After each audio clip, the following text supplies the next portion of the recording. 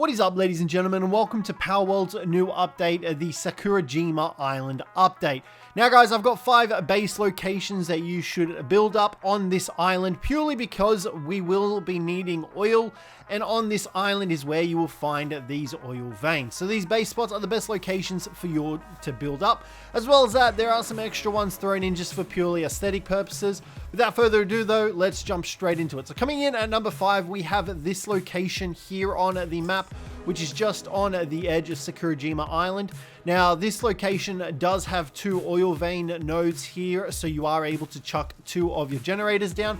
And trust me, the more of these that you have, the better it is, because it is a very slow and tedious process to extract oil from the ground in the new update. Now, as well as at this location, you do have 2 coal nodes as well as a sulfur node off there in the distance. It is a very flat area as well, and you are surrounded by a bunch of mushrooms, so you've got an infinite food supply. However, you do need to be careful of the pals that are nearby. They may attack you, especially the Relaxosauruses, but that's why this spot comes in at number 5. And in terms of scenery, well, there's not really too much going on. You've got mushrooms all around you, so you're a little bit limited on what you can look at. But let's move on to the next one. Now, coming in at number 4, we have this location slightly further inland from the starting point. It's more centered into the middle of the island.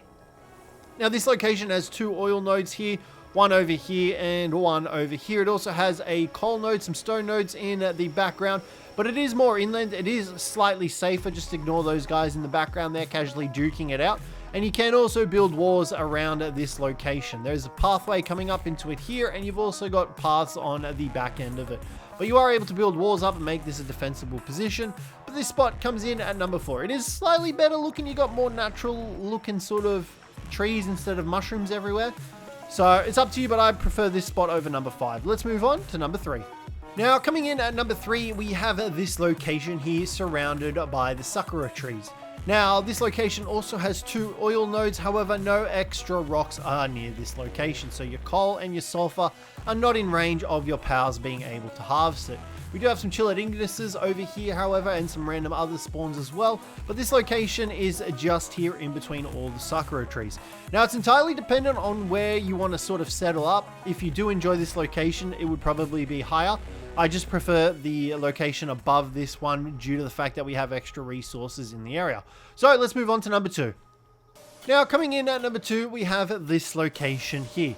Now, this is the location of where I've got my base. However, it's very lacking in scenery. I mean, we do have some of the sakura trees in the background on this side. On this side, however, we've got the big tree.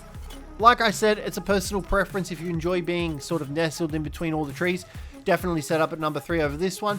But we do also have 2 oil nodes at this location, as well as 2 sulfur rocks here, as well as a coal rock as well just over there. So you can actually line this up to get all 3 different rocks in there. It's entirely up to you whether or not you want to do so, but this is just my number 2 location. So let's find out where number 1 is. Now, coming in at number 1, we have once again a location based in the mushroom forest. However, this place is just really cool. So it's nestled on sort of a cliff face. There is a pathway up here. We do have some pals located up here, but obviously they will despawn once you set up a base. The location itself is down here. We do have 2 oil nodes right in the vicinity. We've got some coal rocks here as well. No sulfur rocks, however, but you do have access to those mines once you eventually get high enough level.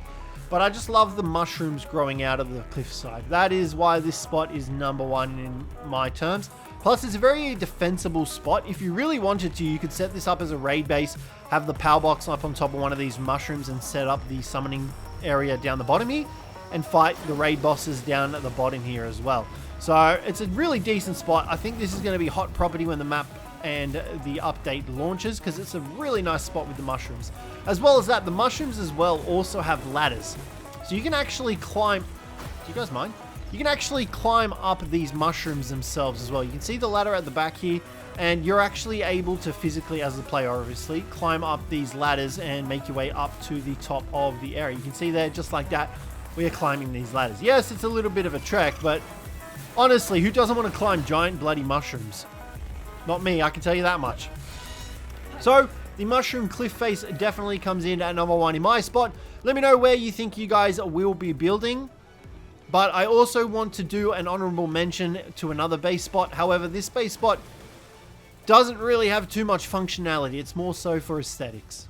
Now, this is the base spot here that I just wanted to give an honorable mention to.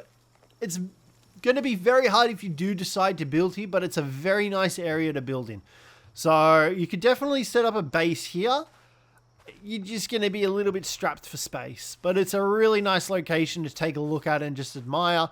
But yeah, that is going to conclude today's video, guys. Let me know whether or not you enjoy any of these base spots. Let me know if you plan on building at any of them. But other than that, guys, thanks very much for watching. Hopefully you enjoyed, and I'll catch you in the next one.